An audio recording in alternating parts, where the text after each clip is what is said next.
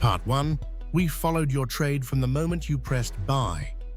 Through brokers, exchanges, matching engines, clearing houses.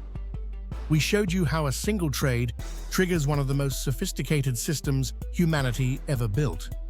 But we stopped at the moment of settlement. Because what happens next challenges the idea of ownership itself. Most investors believe that once a trade settles, they own their shares. They don't. Not the way most people imagine. This is AxisShift. And before this video ends, you'll understand why almost nobody in modern markets actually holds what they think they hold. Let's start with a question most investors have never asked. Where are your shares actually stored? Not on your phone. Not in your brokerage app. Inside a system most investors never see. When you buy shares through a broker, your name does not appear on the company's shareholder register. Your broker's name does.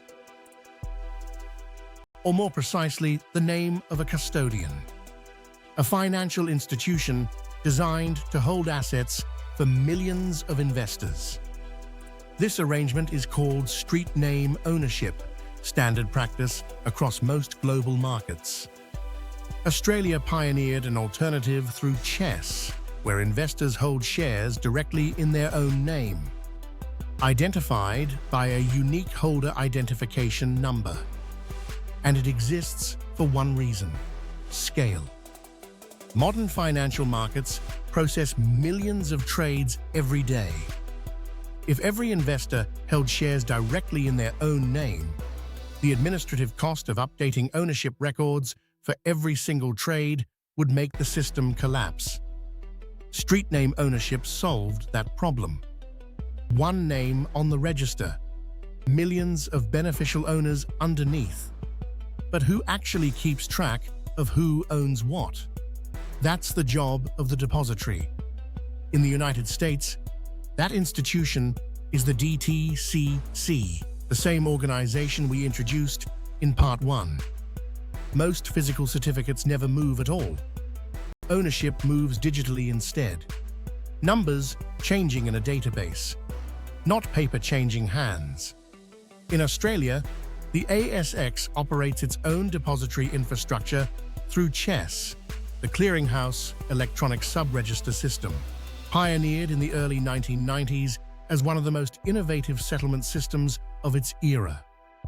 And this creates something most investors never see: settlement risk. The gap between a trade executing and a trade settling is not just an administrative delay. It is a period where one party has committed to selling, but has not yet received payment, and the other has committed to buying, but does not yet hold the securities. During that window, if a counterparty fails, the entire trade unravels. The 2008 financial crisis exposed exactly how dangerous this gap could be. When Lehman Brothers collapsed, the settlement system bent dangerously close to failure. But it held, only because clearing houses absorbed the shock. If they hadn't, the failure of a single institution could have triggered a cascade of unsettled trades across the entire global market. That near miss accelerated the push toward faster settlement. In May 2024, the United States and Canada moved to T+1.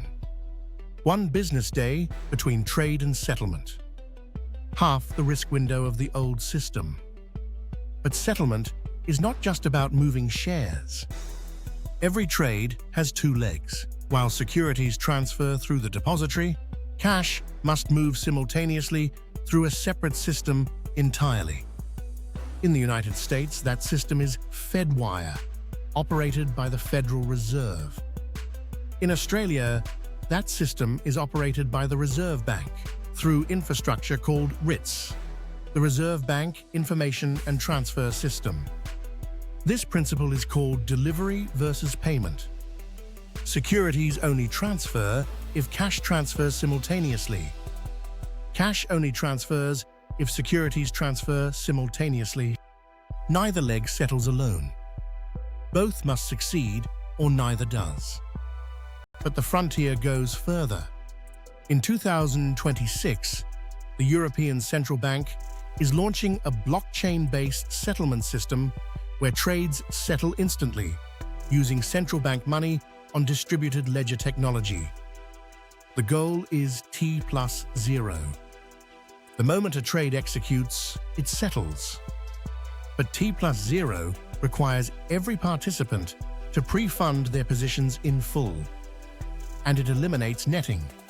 Without netting, the amount of capital required to run global markets explodes, which is why the world's largest institutions are not rushing toward T+0, even as the technology makes it possible. So what does this mean for you?